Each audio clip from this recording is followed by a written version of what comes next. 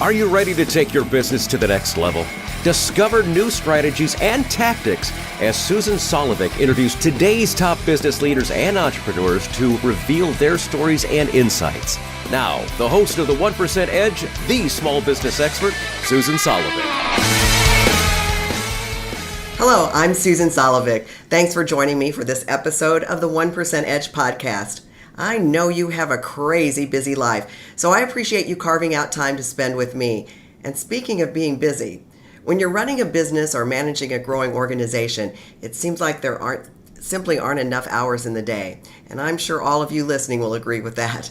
The lines between work and our personal lives have blurred. We live in basically a 24/7 world. Add the pressure of work to our personal lives and issues that we may be experiencing, and it's no wonder we have headaches and stomach issues, we can't sleep. But to put it simply, we are stressed out to the max. And stress, by the way, is the number one cause of illness in this country. Well, my guest today may have just what you need to start living a more stress-free life. Dr. Frank Wood is a clinical psychologist. He developed the innovative Thriving with Stress training. His training has been called Life Transforming, and he is joining me to help us all understand a little bit more about stress and how to manage it. Dr. Wood, thank you for being here. Well, thank you for welcoming me. So let's just jump right in here, because many of my listeners are small business owners, and they tell me that they are stressed out and burned out because of the demands of building their businesses.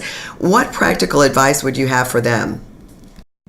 I would suggest that stress is not the issue, but it's the response that we have to those demands, those pressures, the pressures that we face.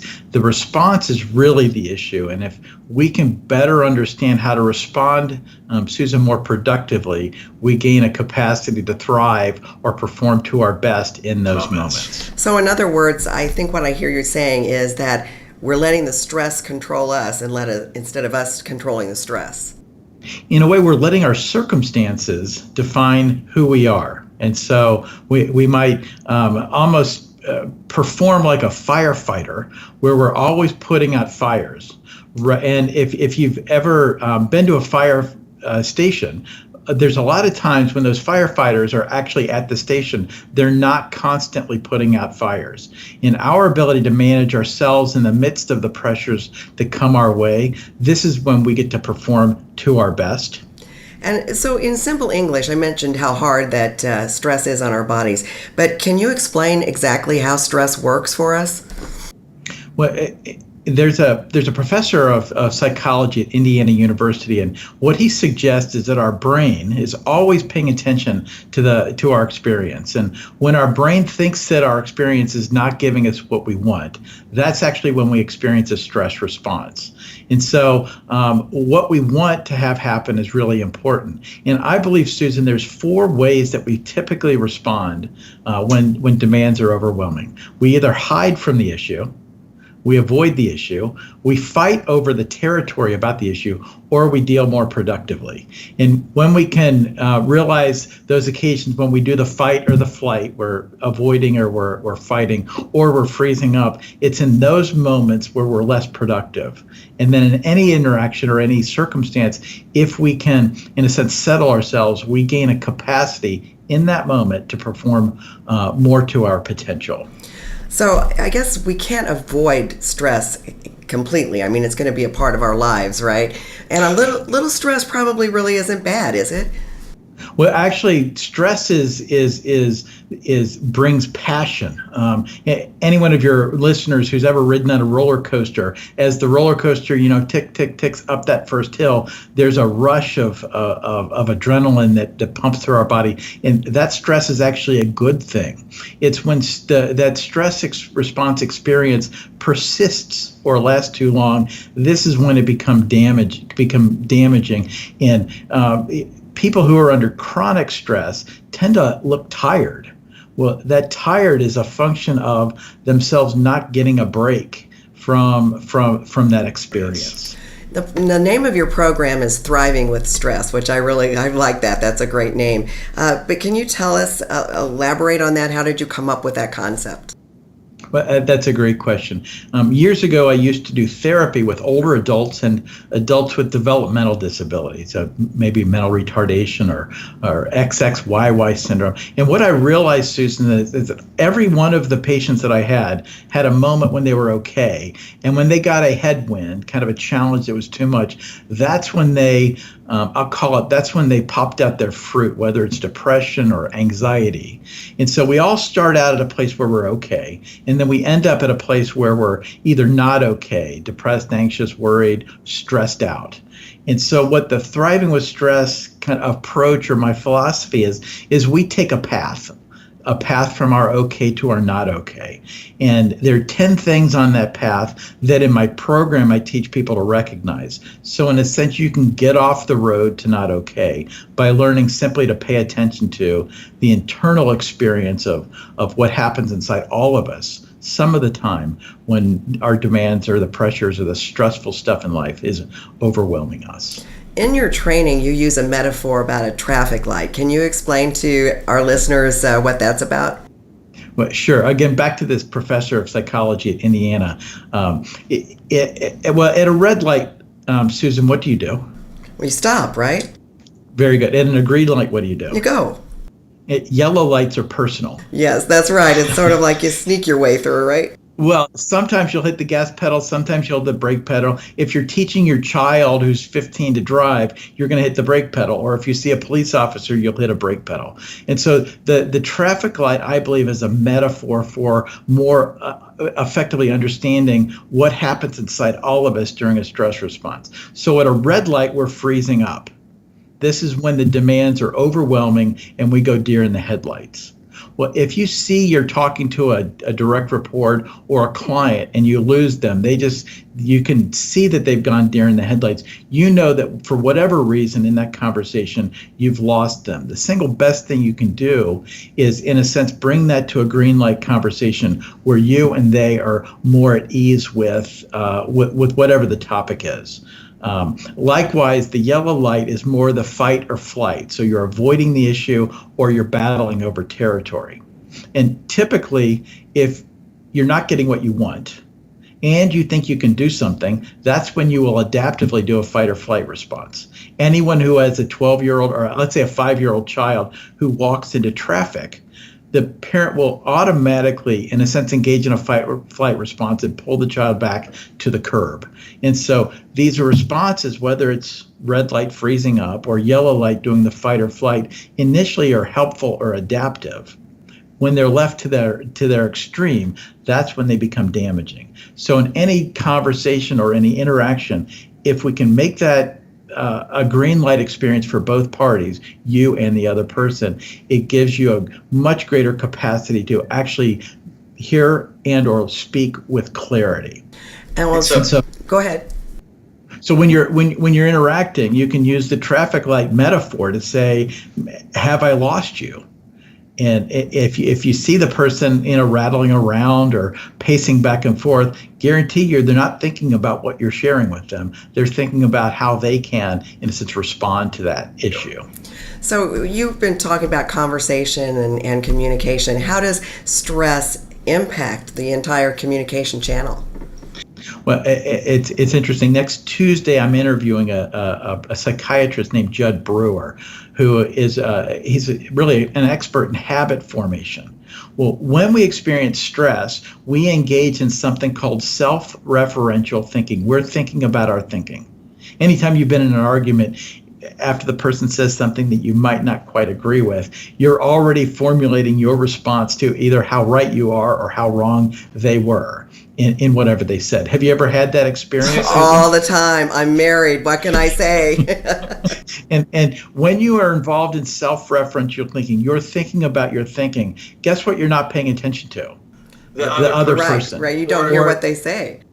Or the second sentence that followed the first sentence. And so when we engage in that activity, which is just the brain's kind of developmental way to work our way through problems, to get what we want, If we can pay attention to, I call it tapping into your senses. So if you can just pay attention to your senses, what happens, and my friend Judd has actually studied this with a live machine that monitors these three parts of the brain, it actually slows them down. So the brain becomes more capable of actually taking in what's actually happening rather than what we think is happening.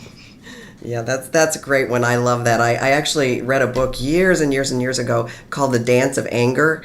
You might have been familiar with it, but how you get in those habits with communication. If you go to the right, I'm going to go to the left, and it's very patterned, and you have to be able to split out of that, and listen to the other person, really hear them. There's a professor named Daniel Kahneman who's actually won a Nobel Prize, and he talks about the impact of our cognitive bias. And there's one bias that he shares about that I think is brilliant. It's called the actor-observer bias. And so if you're involved in, let's say, a car accident, you'll blame it on the traffic or the weather. If another person's involved in an accident, you'll blame that on internal reasons. They're just a bad driver.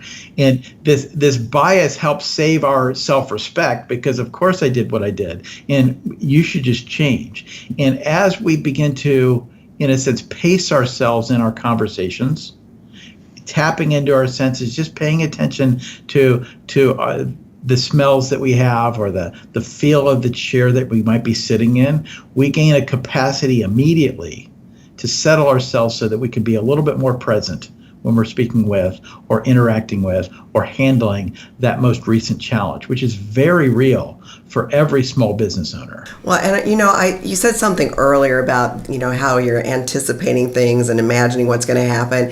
I think a lot of times small business owners, we're putting ourselves out there, our product or service, and if we don't hear back or someone doesn't answer an email or a phone call or get right back to us when they said they would, we take that all personally, and it's in our heads, oh my gosh, they don't like us, they're not going to do business with us. So that's just creating our own stress because we're trying to figure it out before we even know what the reason is. Very, very, very true, Susan. It was interesting. I was in the Philadelphia airport. This was about a year ago, and this really fairly tall gentleman, he's like 6'4", sits next to me, and he had a University of Pennsylvania jacket on. So I asked him what he did, and he told me he was the track and field coach at University of Pennsylvania. So I asked him, what gives with millennials?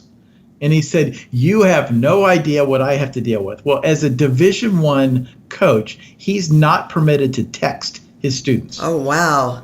And so he'll get a text from one of the incoming students asking, why is the sky blue?